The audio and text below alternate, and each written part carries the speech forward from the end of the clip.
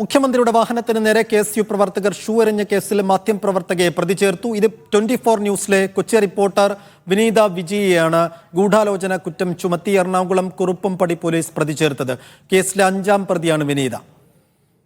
റാഫി കരീം വിവരങ്ങൾ നൽകും. റാഫി, ഈ കേസിന്റെ ഗൂഢാലോചനയിൽ വിനീത ഏതൊക്കെ നിലക്ക് ഭാഗവാക്കായി എന്നാണ് പറയപ്പെടുന്നത്?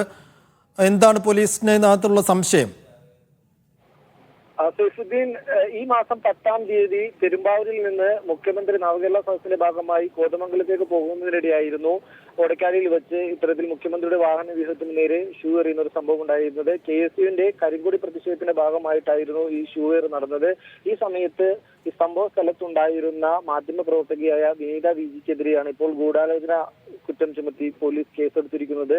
കേസിൽ 5ാം പ്രതിയാക്കിയാണ് കുറുപ്പംപടി പോലീസ് വിനീതയ്ക്കെതിരെ കേസെടുത്തിരിക്കുന്നത്. സംഭവ സമയത്ത് വിനീതയും ഒപ്പം തന്നെ ക്യാമറാമാനും ഈ സ്ഥലത്തുണ്ടായിരുന്നു.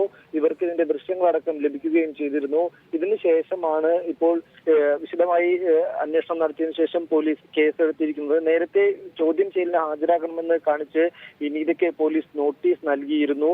ഇതിനുശേഷമാണ് ഇപ്പോൾ കേസിൽ 5ാം പ്രതിയാക്കിയിരിക്കുന്നത്. ഗൂഢാലോചന കുറ്റമാണ് വിനീത വിജിക്കെതിരെ ചുമത്തിയിരിക്കുന്നത്. നേരത്തെ സംഭവവുമായി ബന്ധപ്പെട്ട് 4 പേർക്കെതിരെ 4 KSU പ്രവർത്തകർക്കെതിരെ കുറുപ്പംപടി പോലീസ് കേസെടുത്തിരുന്നു.